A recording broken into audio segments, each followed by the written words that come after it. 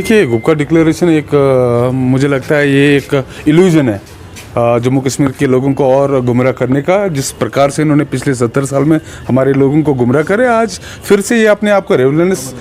करना चाह रहे हैं, इसलिए धारा 370 को फिर से रिवाइज करने की बात हो रही है। बाकी जिस प्रकार से पहले धारा 370 जब यहाँ पे थी, उससे पहले ये लोग ऑटोनॉमी के नारे देते थे, बाकी सेल्फ रूल के नारे देते थे, और जब धारा 370 हट गई, आज इनको लगता है कि आज इसी से हमारा धंधा चलेगा और उससे हमारी पार्टी चलेगी। 370 हटने के बाद भारतीय जनता पार्टी यहाँ बिल्कुल लोगों के लिए काम कर रही है, डेवलपमेंट कर रही है, और यहाँ के लोग समझते हैं कि मुझे लगता है आने वाले टाइम में भारतीय जनता पार्टी जिस प्रकार से काम कर रही है, एक मेन स्ट्रीम पॉलिटिकल फ्रंट के रूप में आ रही है, और आने वाले टाइम में हम लोग इलेक्शन जब यहाँ पे होंगे तो उसमें हमारी कुछ सीटें भी आ जाएगी, और मुझे उम्मीद है कश्मीर के लोग भी उसको एक्सेप्ट करेंगे। और जो रियलिटी है पूरे जम्मू कश्मीर में, हम लोग इल्यूजन नहीं चाहते, हम लोग कोई आपको फॉल्सहुड में नहीं देखना चाहते, हम लोग चाहते हैं कि जो रियलिटी है, जो ग्राउंड सिचुएशन है, वो अपने लोगों को पता हो। बाकी पॉलिटिकल पार्टीज है, इनकी जो रेवोल्यूशन खत्म हो रही है, मुझे लगता है यही एक रीजन है कि ये फिर से अपने आप को रेवोल्यूट करने के लिए ऐसे प्रकार के डिक्लेरेशंस लेके आ जाते हैं। जो डिलिमिटेशन थी वो पिछले कई सालों से,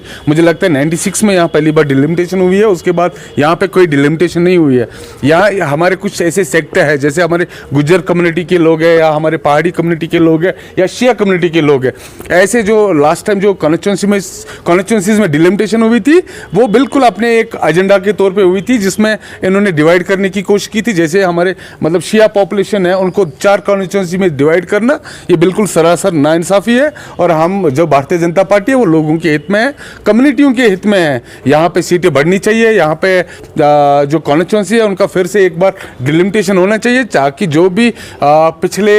जो गलतियाँ हुई है बाकी पार्टियों में, वो ना दोहराया जाए। और जो कम्युनिटीज़ का जो सवाल है, जो कम्युनिटियों का हक है, चाहे गुज्जर कम्युनिटी हो, बकरवाल कम्युनिटी हो, या हमारे पंडित बरादरी के लोग हो, या हमारे शिया कम्युनिटी के लोग, या अनेक सेक्ट के जो लोग हैं, उनको अपना हक मिलना चाहिए, और उनको भी अपनी रिप्रेजेंटेशन मिलनी चाहिए। मिसमैनेजमेंट हुई है यहाँ, चपरासियों के नाम पे यहाँ सिफारिशें हुई है, यहाँ कागज के डिब्बे पे कोई मतलब ऑर्डर निकले हैं, और जिनको बिल्कुल गुमराह किया। यहाँ पे जो आवाम है, यहाँ पे खासकर जो हमारे नौजवान हैं, वो बिल्कुल एक हिसाब से